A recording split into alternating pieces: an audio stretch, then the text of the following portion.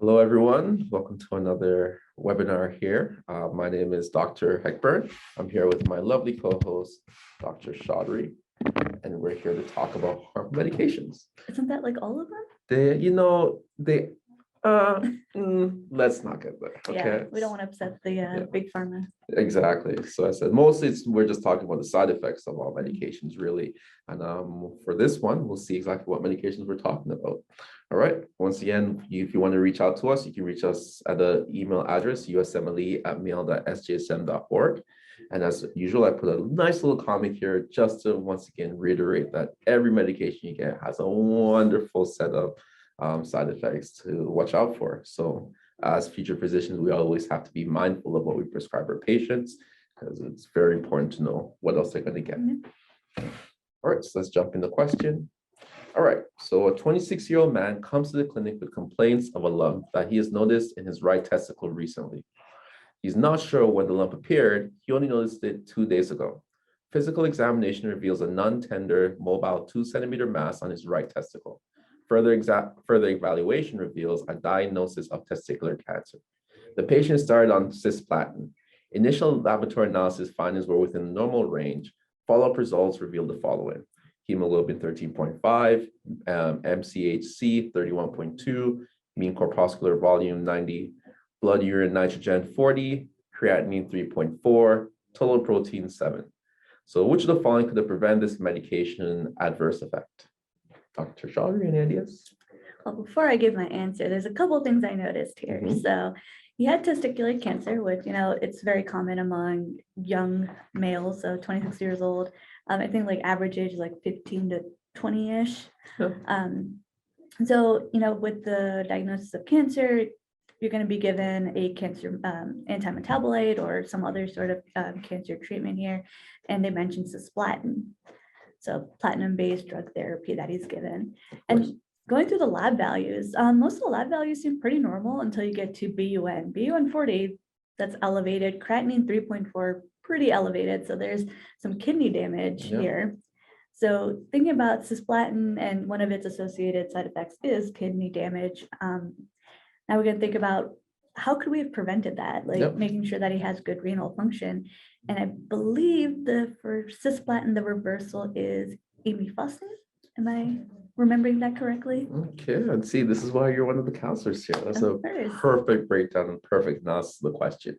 So just to read her a lot what she said, she was right. Cisplatin is a causal agent that's creating these symptoms. The BUN and creatinine are abnormal, which does indicate some form of kidney damage due to the cisplatin. And the answer is amifostine. You're correct. Yeah. Still got it. See? I said it's a great breakdown. But we go back to a lot of what the question is talking about is the side effects, right? So the other drugs that are given are actually there to help alleviate the side effects of other medications. So I conveniently listed here where Mesna is good for cyclophosphamide and ifosfamide. Leucovorin is good for methotrexate to prevent a lot of those side effects. And dexamethasone is good for doxorubicin or daunorubicin, which is the anthracyclines. I don't remember the name, but it's all there. And naproxen is just an NSAID. It's good for pain. Yeah. Great for pain. So especially when you're over 30, NSAIDs are your best friend. Yeah. Oh my goodness. I'm glad so you can actually get some form of good NSAIDs nowadays, like over the counter. Yeah, so good. But don't go overboard, guys, with that. All right. So now when it comes down to the medication, we have to talk about them, right? So in learning pharmacology, it's always good to know the mechanism of action. How are these drugs really helping? Like, how are they really going about it? So Mesna, it collects in the bladder, and when it's working against cyclophosphamide, that can cause hemorrhagic cystitis. It actually sits in the bladder where it occurs and protects the bladder. Amifostine, it creates those thiol groups that will actually pick up the platinum metabolites and the free radicals from these platinum drugs. So as you mentioned, this platinum is a platinum-based drug. Amifostine is perfect for all the other platinum-based chemotherapy medication. Leucovorin is an active form of folic acid. Methotrexate actually inhibits how folic acid works to help with DNA synthesis. So leucovorin actually rescues, like it's a rescue drug for that folic acid. And dexamethasone, it actually binds to the iron and to reduce the free radicals that are created by the anthracyclines. That's interesting here. Do you think that, we need iron? Our blood is heme, composed of iron, but iron can also cause some damage. Oh man, iron is crazy. Iron loves electrons. Okay, so iron will go in and mess up DNA, and DNA is such a fragile, it's fragile. It's our genetic information. So free radicals are like charged molecules. Yeah. So these go in, and iron especially does create a lot of these charged molecules. So as much as we love iron, we need it for hemoglobin. We need it for a lot of other enzyme functions. If it goes too crazy, it just causes havoc. Anything good and too much can be a bad thing. Yeah, I said even sugar causes cavities, so remember that stuff. All right. Oh, so now when it comes to special ameliorants, so I should have to go back a bit. Sorry, jumped ahead here. All right, so the adverse effects, let's go back to that. So when it comes down to medications, it's good to know the mechanism of action of pretty much any drug. You have to know, because if you understand the mechanism of action, you can understand how the side effect occurs. Because if you know how a drug works, you can imagine how it can work too much. So I brought up naproxen because it was an answer option there. So let's talk about that real quick. So naproxen is good for pain because it inhibits COX-1 and COX-2 enzymes, which are involved in the breakdown of arachidonic acid, which is from the phospholipid membrane of cells. Cell breaks, release arachidonic acid, which breaks down, becomes prostaglandins, prostacyclins, that causes the pain and all that stuff.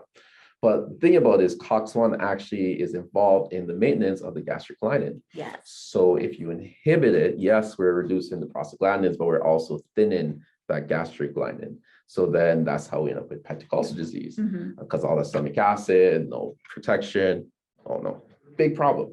So if you know the mechanism of action, you don't have to worry about the side effect is this. You just know what it does. You know where the enzymes are. It just kind of helps keep that together. And then if you know that, you can think of other medication that can help in some way. So I brought up bismuth, which actually is involved in coating the stomach. It actually makes a barrier. So it acts in the way of that missing mucosal lining. So, you give naproxen, you give an NSAID, probably some bismuth on the side, kind of. Well, especially if the patient really needs to be on NSAIDs, like, rheumatoid arthritis or osteoarthritis, they really need it because of the pain that they're in. But you don't want to mess up their GI lining because they're not going to be happy with you if they can't eat their favorite foods anymore. Exactly. No, we don't like pain, period. So why? So switching the type of pain is never a good thing. All right. So the thing about cancer drugs is the mechanism of action of all cancer drugs, really, in the most layman terms, is it prevents rapidly divided cells from rapidly divided. And that includes tumor cells. They go through a lot of mitosis, a lot of DNA replication. So a lot of the metabolites are actually like radicals that go in and affect the DNA. DNA is sensitive, so it goes in and breaks up this DNA that's rapidly divided. It's in a very vulnerable stage. It has no nucleus lining anymore. It's just free in the cell, like it's going and attacking it. But that's great. But then what about our own cells that are rapidly dividing? Exactly, like the skin cells, the hair, bone marrow, even the intestinal epithelial cells, like they all are also rapidly divided. I think we shed our GI system like every day, like a new one or something. I don't know about every day, maybe every week or so. I don't know, but way more than what you think. So a lot faster. So if you're taking this medication for the cancer cells, then you are also affecting these other rapidly dividing cells, which would explain why a lot of the common adverse effects is alopecia, myelosuppression, low blood cells, hair loss, GI upset, nausea, diarrhea. Like you get all of that because all of those cells are dying and they're sloughing off, and those are the symptoms. So we have to give chemotherapy to attack the bad cells, but in knowing the mechanism of action, we can gear up and have other medications in line to help with that. So we have antiemetics to help for nausea and the vomiting and the diarrhea. We have granulocyte colony stimulating factors, which go in and actually stimulate the bone marrow to produce more cells. So while we're affecting it, we can try to help it replicate faster than we can damage it. And also epoetin alpha helps specifically increase red blood cells. Without red blood cells, we don't oxygenate our organs, everything dies off, and it's just, once again, why create a bigger problem? We're trying to fix one problem, right? So the ameliorants, which is what we talked about in this question, amifostine, leucovorin, et cetera, they are specific drugs to attack specific drugs. Like they're there to help these specific symptoms. And what they really do is they target a byproduct of the metabolite. So it helps to reduce toxicity. So I mentioned before, free radicals, the platinum metabolites, they're specifically going in to stop those from going through the rest of the body, rapidly causing chaos. So as a student that may be studying for step 1 or their MBME, do I really need to know every single mechanism of action and every single side effect for every drug? Not every drug is needed. Normally, as you study, you'll see which ones come up more often, especially it's more like the more commonly seen diseases will have common treatments, and then for those you will more focus on. For the less common drugs that you may come across, a general understanding of the mechanism of action might help. Or if it's like the ameliorants, for example, I wouldn't say memorize the mechanism of action. If you know which drug it's helping to protect against, like leucovorin goes to methotrexate. If you know methotrexate, you can kind of say, oh yeah, leucovorin, methotrexate, it probably is working that way. Yeah. So you can find a lot of associations. You can pretty much say like what's the most commonly asked drugs, or in terms of like the most commonly seen diseases. Then you can focus on those treatments, and that can kind of help shorten the list a little bit. And also a lot of the medication are put in classes. So if you know the class of the drug, that can also help you decrease from 10 drugs in one class, know the one class, and that will help a lot in memorizing them. All right, but for all in all, you should know the mechanism of action of the classes. The drug for the ameliorants, knowing the mechanism of action is a lot. Yeah. Just more so know what drug is associated with. And then you can also think about for all the other medication, like benefits of taking the medication, the adverse effects, and if there's any special conditions that can also help. So for example, from an early example, when I was speaking of naproxen and bismuth, there's actually a list of drugs that can help with peptic ulcer disease, but there's also conditions for all of them. So sucralfate, you can't use it if you're using a PPI.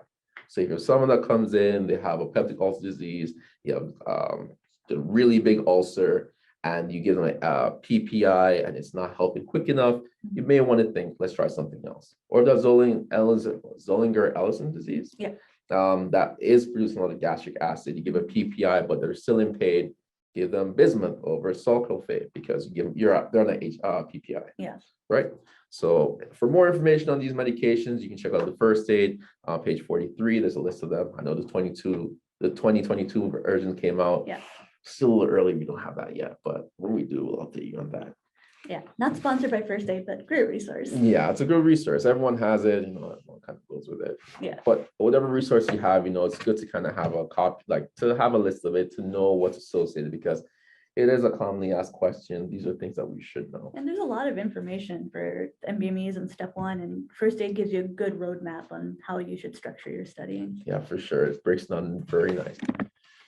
To end it off, one more medication, one more comic here. Usually I think I work best as well in my second or third cup of coffee. So we're later in the day as we do this, but as I said, when it comes down to medications, take your time. The more the better it is in the long run. I'm not sure, but the long run. So enjoy learning, enjoy studying, because everything is good.